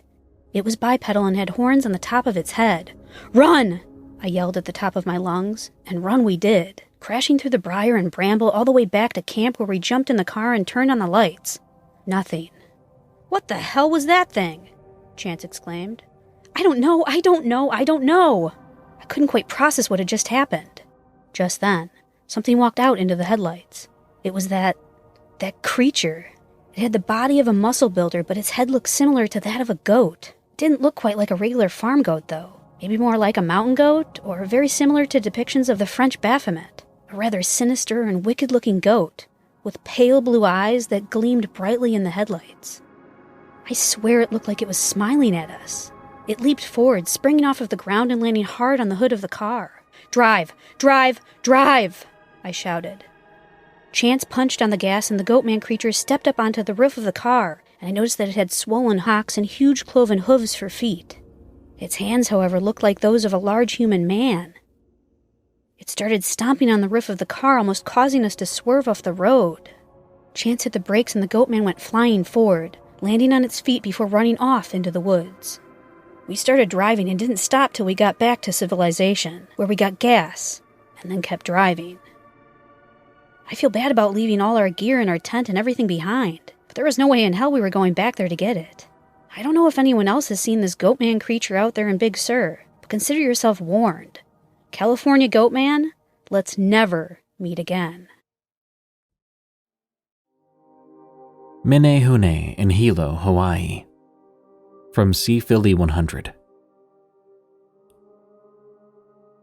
Hilo is the easternmost city on the Big Island, which is the easternmost island on the Hawaiian archipelago.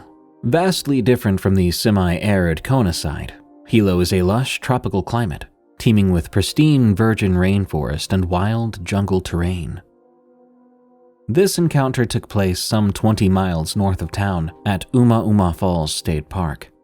There is a very sketchy route you can take to get out on top of the falls, but it is extremely treacherous, and I would in no way, shape, or form recommend it. So with that said, don't try this at home. Imagine, if you would, a 300-foot waterfall cascading down into a severe jungle basin, chock full of bamboo forest, coconut groves, and wild ginger. This story is told from the perspective of my friend from Hilo. Let's call her Jessie. I arrived at the trailhead right around dusk, as I was trying to catch the sunset out there. So I hurriedly gathered my things before throwing them in my day pack and hitting the trail. Right around 200 yards in or so, you can cut off to the left and get up on the ridgeline, leading down to the waterfall. So I hung a left and started climbing up into the dense jungle foliage. It was slow going through the bamboo thicket, but I gradually made my way out into this raw, exposed patch of hillside. It was incredibly steep, with nothing but ginger roots for handholds. To slip and fall would surely mean death here, and I remember thinking at the time, if I die, at least it's one heck of a way to go. Sweat beading on my brow, I finally crossed the open field, and I found a nice little ledge to post up on at the base of a cliffside. I stopped there to sit and rest for a while, enjoying one of the most brilliant sunsets I've ever seen in my life. Deep, majestic hues of purple and pink that we just don't get back on the mainland. I was taking a moment to collect myself when a tiny little pebble hit me square on the top of my head before bouncing off down the hillside. What the? Another pebble bounced off the top of my head. "Hey, cut it out," I shouted. What puzzled me, though, was how someone could even really climb up above where I was perched. It was simply too dangerous. I stood up shakily and tried to look around. I didn't see anyone. The light was failing fast, so I started making my way back out across the open field. I was about halfway across said field when something caught my eye. I almost would have missed it, except for the fact that it moved slightly, kicking loose a bit of dirt and causing me to look up. What I'm about to say is going to sound crazy, but there it was, this little person standing there. Only they looked more like a garden gnome than anything. He was quite short, probably right around 1.5 feet, 2 feet tops. The first thing I noticed were his eyes. They were small and black, but full of curiosity, almost as if he was seeing something brand new for the first time, trying to process what it meant to him. He had this stubby little nose and pointed ears that sat very close to his head, suggesting the appearance of 2 small pointy horns. His mouth was closed, but I could see 2 tiny little teeth sticking up over his upper lip, right where the canines would be in a human mouth. He wore braided leaves for clothes, covering his tiny body and providing the perfect camouflage. His skin tone was a dark tan, but covered with what appeared to be elaborate stick-and-poke tattoos. He had a small pouch slung over his left shoulder, and he was holding a tiny little walking stick with an arrowhead on the top in his right hand. I went to shift my weight when suddenly he turned heel and sprinted up into the forest so fast it was hard for my eyes to track, giving him the appearance of a trippy little blur. It took me a minute to get over my shock, but it was now pretty dark, and I knew I didn't have much time left. I shimmied across the sketchy traverse, praying not to lose my grip. I finally made it back to the bamboo thicket, breathing a sigh of relief before entering the darkened grove. Ouch! Something pinched my ankle. I looked down, just in time to see a tiny little arm recoiling back into the shadows. "Leave me alone!" I screamed. It was insanely steep, and I knew if I fell, it was more than likely no one would ever find my body. Heck, no one even knew I was out there. What an idiot, I thought, chastising my entire life's choices leading me to this precise point in time. Not to mention I was distinctly aware of tiny little bodies moving through the bamboo. Another pinch, this time on the small of my back. I turned around to the sight of one of those little buggers running off into the forest. "Hey, you little jerk!" I exclaimed. That hurt! That was it. I knew I had to haul tail back to the car. I began jumping from pole to pole through the bamboo, only pausing to swat at the occasional hand poking out from in between the branches. I could hear this weird high-pitched laughter all around me, as well as the sound of broken pidgin and native Hawaiian, though I couldn't make out the dialect. I was crying by then. I truly thought I was going to die, and those painful pinches just kept on coming. The laughter was at a fever pitch now, like these little guys were all riled up, whooping and hollering and carrying on. At last, I finally broke free of the bamboo thicket before sprinting back down to the trailhead. I fumbled for my keys, jamming the key in the keyhole and throwing the door open to my car. I briefly turned back to see the bamboo shaking violently. I jumped in my car to the chorus of those little pebbles raining down from overhead. I turned the key in the ignition and went bouncing down the road back down to Hilo, silently mouthing "what the heck" the entire way back. It took me a while to talk about it, but when I did, I was confounded by the rather casual, matter-of-fact attitude that people seemed to have about my strange encounter. "Oh yeah, but Menehune," they would say. I looked it up, and apparently the Menehune are essentially the Hawaiian equivalent of Irish leprechauns and predate the Polynesian settlers there. Highly efficient hunters and trappers, they build complex traps for wild boar and crafty little fish ponds to capture fish. They tend to prefer remote jungle terrain far away from humans, but they have been known to make their presence felt when defending their territory. There's actually some really cool academic research regarding these little fellows, as well as several other forest-dwelling Hawaiian races. The Navajo, who are large-sized wild hunters descended from Luanu'u, the Mu people, and the Wa people. My understanding is that some of these creatures are similar to Australian howlies or Vietnamese rock apes. Overall, I wasn't too scared. Rather, I was fascinated by the ordeal as a whole, and I've actually been back to that spot a couple of times. Unfortunately, I haven't seen those little dudes again. Or at least, not yet, anyway.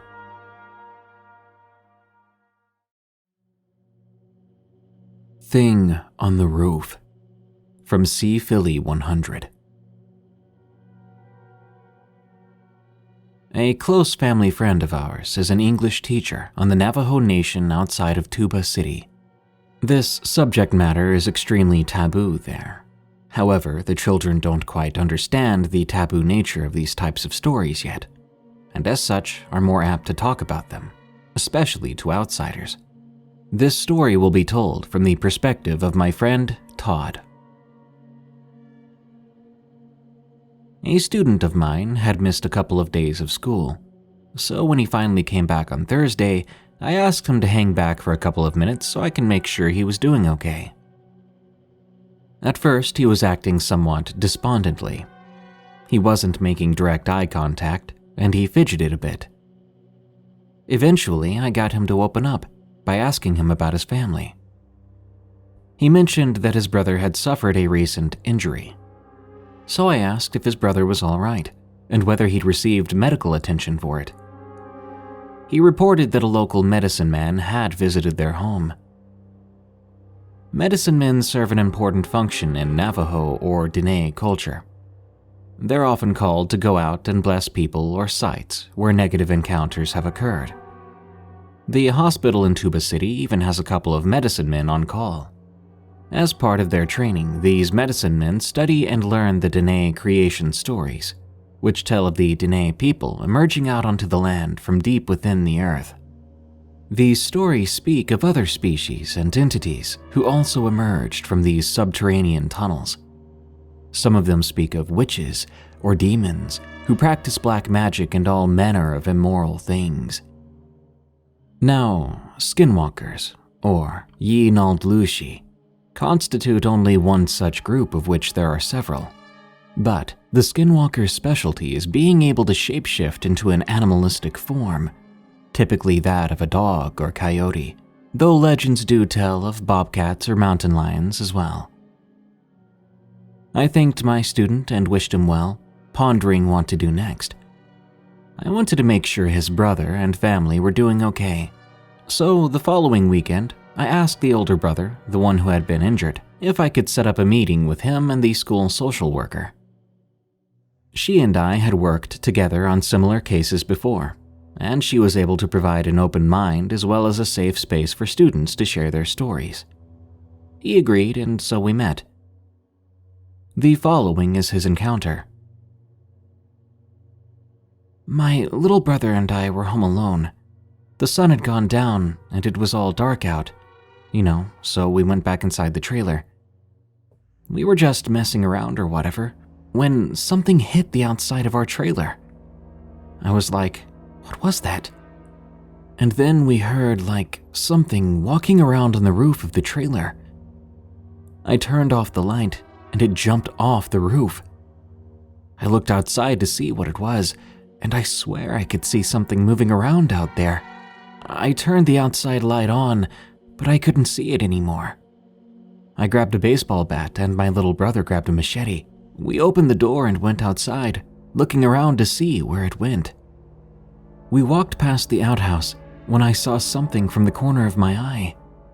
It was like this dark shadow crouching down next to the outhouse, and as soon as I saw it, it came running at me so fast I couldn't even hit it. It knocked me down, and my little brother tried to hit it with the machete, but it was just too fast. It then ran off behind the trailer. I jumped up, and my brother and I ran back inside. My brother was freaking out by then, and when I looked down, I saw that my shoulder was bleeding. I looked outside again and I saw the thing standing outside. But what messed me up was it was like this coyote dude. Like he looked like a coyote kind of, but it was standing up and looking back at me. I got all freaked out, but I was frozen and I couldn't look down or anything like that. He, or it, just stared at me. But then it looked as if it smiled or something. Then I watched it walk towards the trailer, still looking at me, his eyes all shiny like when you see a dog at night. At this point, the boy was having a hard time talking, but we could tell that he didn't want to cry in front of us. I asked him if it looked like a person wearing a coyote pelt. It was like he was a coyote, kinda.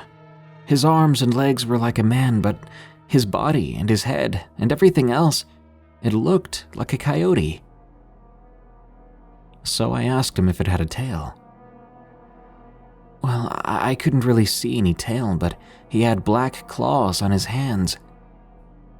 I then asked if he felt comfortable continuing his story, and he said yes, and went on. Anyway, this dude was walking towards the trailer, and I thought he was going to come inside and kill us or something. But my little brother grabbed me down from the window, and I felt like I got unfrozen. I could hear that thing outside scratching on the side of our trailer. We heard some res dogs start barking, then we saw a light through the window, like someone was driving up the road. I looked outside again. There was a couple of res dogs chasing a truck down the road, and I could no longer see that coyote man anymore. I asked him if the truck stopped, or if it seemed the dogs had scared off the Skinwalker.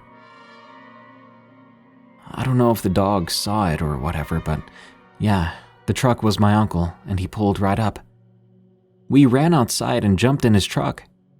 We thought maybe the thing was hiding under the trailer. My uncle drove us to town because my shoulder was all messed up, so I had to get some stitches. I wondered how many stitches he'd gotten and what the doctor who treated him had thought it was. He answered, "I got about 10 stitches." He showed us the bandage on his left shoulder. And yeah, we told him what happened or whatever, but he just thought it was a wild coyote that attacked me.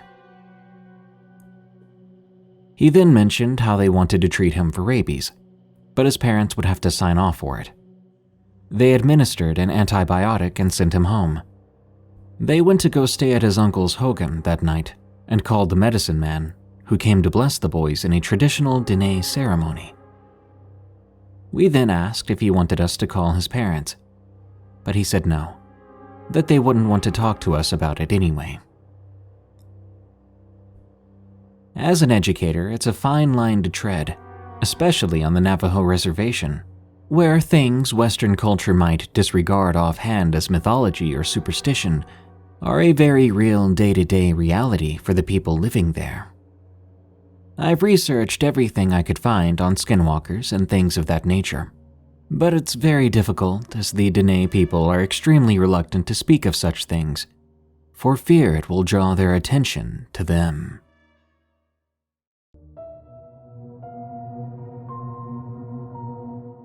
Thank you for listening to another unsettling episode of Unexplained Encounters. You can send us your story to have it narrated on the show at darkstories.org. Unexplained Encounters is an EerieCast original series. You can find other horror-themed podcasts at EerieCast.com, such as Redwood Bureau, a fictional anthology series, Freaky Folklore, a documentary-style series about myths and cryptids around the world, Destination Terror, a show about the most haunted places, and Tales from the Break Room, another show I host all about the scary things that happen to people at work. Again, that's EerieCast.com.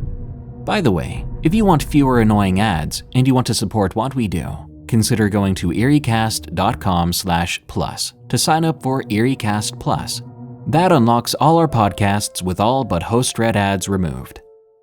Until next time, stay safe out there and stay creepy, because this world is a strange one.